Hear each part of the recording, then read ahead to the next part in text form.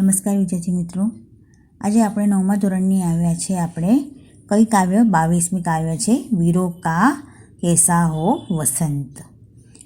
उनके कवि है जिन्होंने ये कविता लिखी है वो सुभद्रा कुमारी चौहान, यानी कि वो एक लेखिका है. उनका जन्म है सन 1904 और निधन है सन 1948. तो सुभद्रा कुमारी चौहान का जन्म प्रयाग में ठाकुर रामनाथ के घर में हुआ था.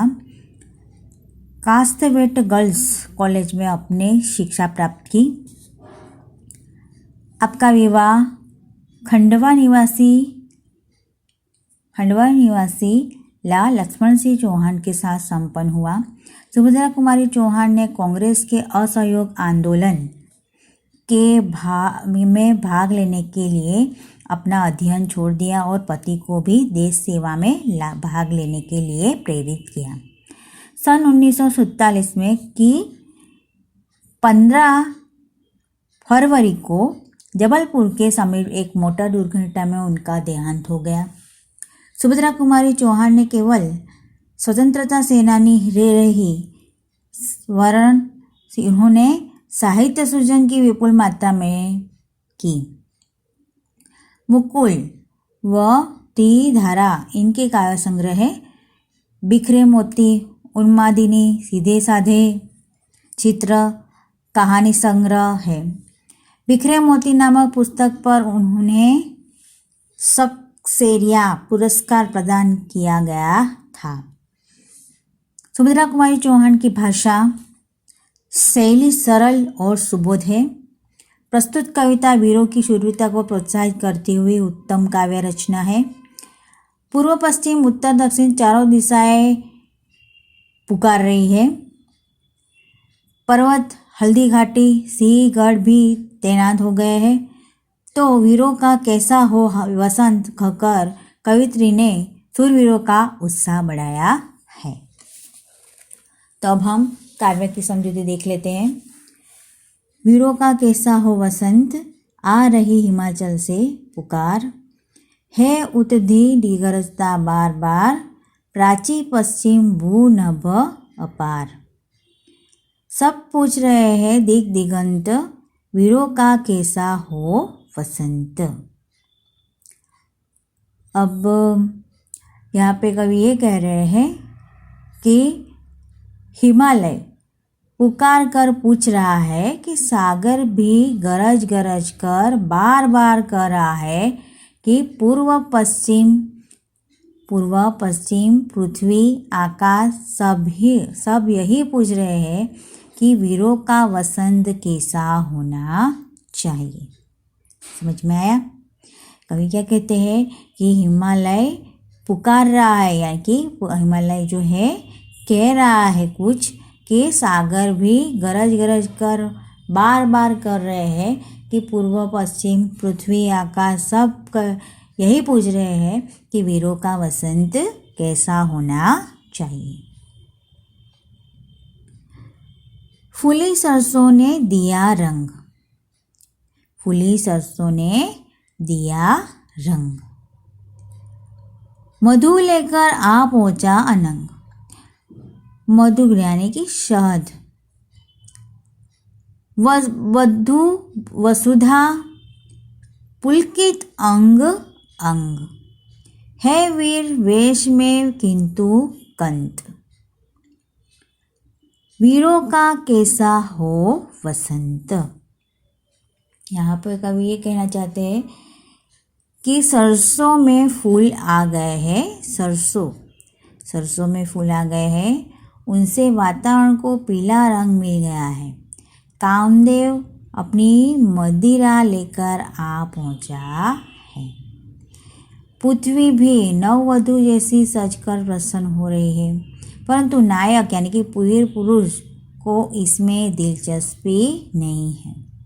यह वीर वेश धारण कर यह बताना चाहता है कि वसंत कैसा होना चाहिए. भर रही कोकिला इधर तान, भर रही कोकिला इधर तान. कोकिला यानी पता है कोयल। मारू बाजे पर उधर गान, मारू बाजे पर उधर गान। है रंग और रण का विधान, मोरू यानी समझ में आया रेगिस्तान। मिलने आए हैं आदि अंत, वीरों का कैसा हो वसंत। यहाँ पे कवि ये कहना चाहते हैं कि इधर कोकिल यानी कि कोयल, कोकिला यानी कि कोयल, इधर कोयल जो ताने भर भर कर कूक कर रहे हैं और उधर युद्ध के बाजे बज रहे हैं।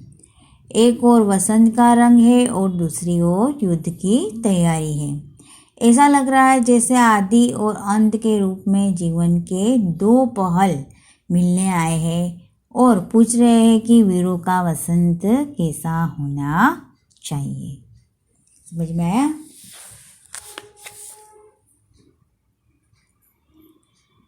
कह दे अतीत अब मौन त्याग, कह दे अतीत अब मौन त्याग। लंके तुझ में क्यों लगी आग। अतीत यानी कि समझते हो जो बीता हुआ पल होता है वो।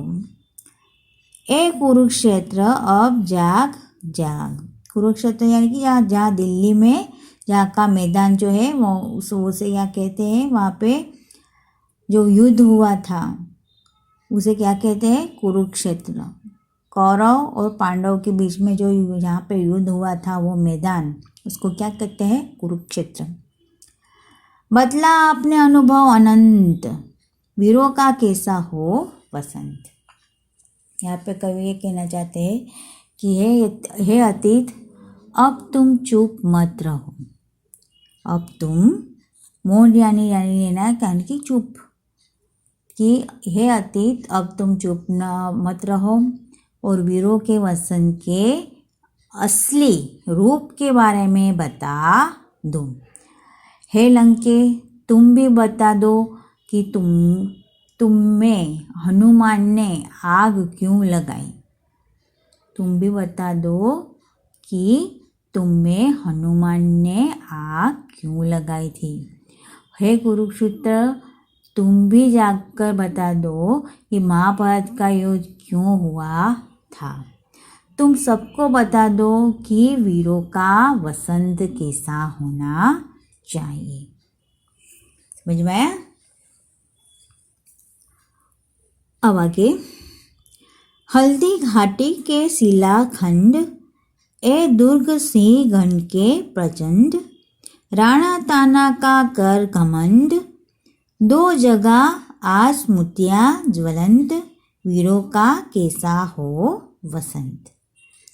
अब यहाँ पर ये कहना चाहते हैं कवि कि हल्दी घाटी के पत्थरों और सिंहगढ़ के मजबूत किले तुम महाराणा प्रताप और तानाजी के स्वाभिमान को याद कर अपने समय की यादें फिर से ताज़ा कर दो और बता दो कि वीरों का वसंत कैसा होना चाहिए। ओके, अब आगे, भूषण अथवा कवि चंद नहीं, बिजली भर दे यह छंद नहीं, है कलम बंदी स्वच्छंद नहीं, फिर हमें बतावे कौन हंत, वीरों का कैसा हो वसंत। अब यहाँ पर ये कवि कहना चाहते हैं कि आज भूषण अथवा चदबरदाई जैसे वीर रस के कवि नहीं है, जैसे छंद भी नहीं है जिन्हें सुनकर लोगों में बिजली भरा जाए। इसके अतिरिक्त हमारी कलम पर भी पाबंदी लगी है, खुलकर कुछ लिखना भी संभव नहीं है। दुर्भाग्य है फिर हमें कौन बताए कि वीरों का वसंत कैसा होना चाहिए। समझ में आया? तो यहाँ पर हमने ये काव्य समझौती जो है वो हमने समझ ली है। ठीक है, अब आगे तो ये आपको काव्य पंक्ति जो है वो लिखनी है, काव्य लिखनी है, यहाँ के शब्दार्थ जो है वो लिखने हैं। अब यहाँ पर एक एक वाक्य के प्रश्न हम देख लेते हैं कि प्रश्न एक में एक वाक्य में उत्तर दीजिए। तो पहला प्रश्न है कि बार बार कौन गरजता है? तो इसमें जवाब आएगा कि बार बार समुद्र गरजता है। प्रकृति के तत्व क्या पूछ रहे हैं? तो इसका जवाब आएगा प्रकृति के तत्व पूछ रहे हैं कि वीरों का वसंत कैसा होना चाहिए। समझ में आया? वधु वसुधा में क्या परिवर्तन आया है? तो वसुधा रूपी वधु का अंग अंग पुलकित हुआ है। ठीक है, वसुधा रूपी क्या है? वसुधा रूपी वधु का अंग अंग पुलकित हुआ है। ठीक है, कवयित्री कुरुक्षेत्र से क्या कहते हैं? कवयित्री कुरुक्षेत्र से क्या कहते हैं? तो इसका जवाब क्या आएगा कि कवि कुरुक्षेत्र में कहते हैं कि तुम जाकर देशवासियों को अपने अनंत अनुभव के बारे में बताओ। क्या कहता है कवित्री? वसु क्या कुरुक्षेत्र से क्या कहती है कि तुम जाकर देशवासियों को अपने अनंत अनुभव के बारे में बताओ। कवित्री की कलम की क्या विशेषता है? तो कवि के कलम की क्या विशेषता है? तो कवि की कलम की यह विशेषता है कि वीरों का वसंत कैसा हो और यह कुछ खुलकर लिखने की उसे अनुमति नहीं है। ठीक है, तो यहाँ पर ये आपको 5 प्रश्नों के उत्तर आपको लिखने हैं। अब प्रश्न 2 पे हम जाते हैं कि 2-3 वाक्यों में प्रश्नों के उत्तर लिखिए। निम्नलिखित प्रश्नों के 2-3 वाक्यों में प्रश्न के उत्तर लिखिए। इसमें पहला प्रश्न है कि वीरों का कैसा है वसंत, ऐसा कौन कौन पूछ रहे हैं?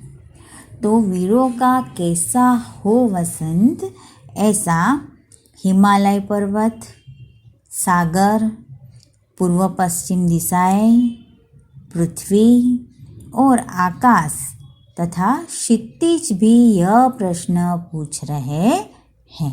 ठीक है, दूसरा प्रश्न है कि कह दे अतीत अब मौन त्याग, ऐसा कवित्री ने क्यों कहा है? तो इसका जवाब है कि देश के इस इतिहास में वीरता और पराक्रम दिखाने वाले अनेक शूरवीर हो गए हैं।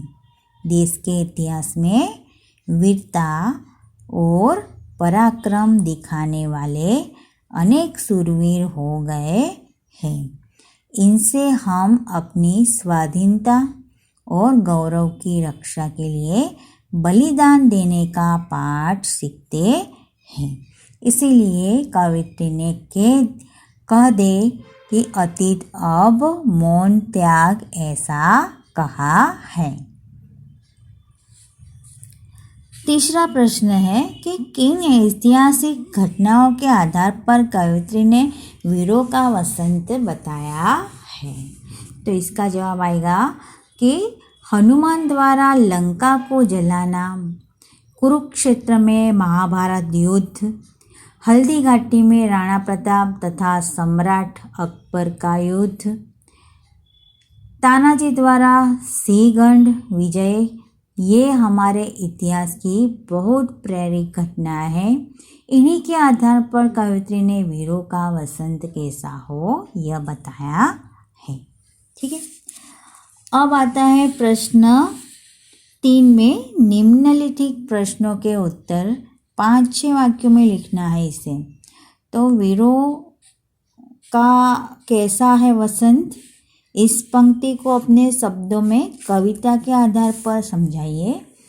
तो हमने जो कविता समझाई है वैसे ही ये प्रश्न का जवाब हमें लिखना है कि वसंत ऋतु जो चारों तरफ बिखरे अपने प्राकृतिक सौंदर्य के कारण सबसे सुंदर ऋतु मानी जाती है। तो सुंदर, सुगंधित और रंग रंग के फूल, भौरों का गुंजन, रंग बिरंगी उड़ती तितलियाँ और सुहावनी हवा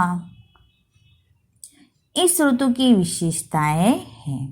परंतु यह वीरों का वसंत नहीं है। वीरों का वसंत यह वह है जिसमें स्वतंत्रता और स्वाभिमान के लिए संघर्ष होता है। वीरों का वसंत यह है कि जिसमें अन्याय और अधर्म का नाश करने के लिए सूरवीर हंसते हंसते अपना बलिदान देते हैं। समझ में आया? अब आगे का प्रश्न है कि हल्दी घाटी और सिंहगढ़ से कवि का क्या तात्पर्य है। तो मुगल सम्राट अकबर अनेक राजपूत राजाओं को अपने अधीन करना चाहता था, परंतु सफल नहीं हुआ। महाराणा प्रताप अपनी स्वाधीनता गंवाने के लिए तैयार नहीं हुए। अंत में हल्दी घाटी के मैदान में अकबर और राणा प्रताप की सेनाओं में भयंकर युद्ध हुआ। इसी प्रकार सिंहगढ़ की भी मुसलमान शासक के अधीन था। उस पर अधिकार करने के लिए शिवाजी महाराज के वीर सरदार तानाजी ने उस पर आक्रमण किया। कड़ी टक्कर के बाद सिंहगढ़ हाथ में आ गया, परंतु अद्भुत वीरता दिखाते हुए तानाजी मालसूरे शहीद हो गए। तो कवित्रिका कहना चाहती थी कि हल्दी घाटी और सिंहगढ़ के संघर्ष बताते हैं कि वीरों का वसंत कैसा होना चाहिए। अब लास्ट में हमारा आखिरी प्रश्न है तीसरा, किन ऐतिहासिक घटनाओं के आधार पर कवित्री ने वीरों का वसंत बताया है। तो किन ऐतिहासिक घटनाओं के आधार पर कवित्री ने वीरों का वसंत बताया है। नहीं, सॉरी, ये वाला नहीं, ये वाला है कलम बंदी स्वच्छ नहीं, संसद दर्भ समझाइए। तीसरा वाला ये वाला है। तो इसका जवाब है कि वीरों का कैसा हो वसंत। तो यह कविता तब लिखी गई थी कि जब देश पर अंग्रेजों का शासन था। अंग्रेजी सत्ता ने देश में दमन चक्र चला रखा था। उस समय अंग्रेजों के अन्याय के विरुद्ध लिखना अपराध माना जाता था। ऐसा लिखने वालों का कड़ी सजा दी जाती थी।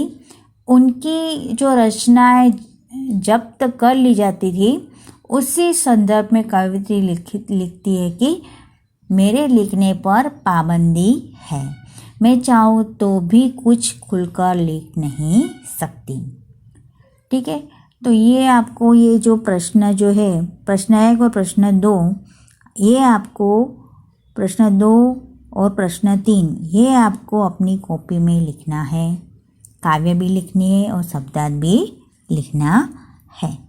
तो यहाँ पर हम हमारा ये वीडियो है पूर्ण करते हैं।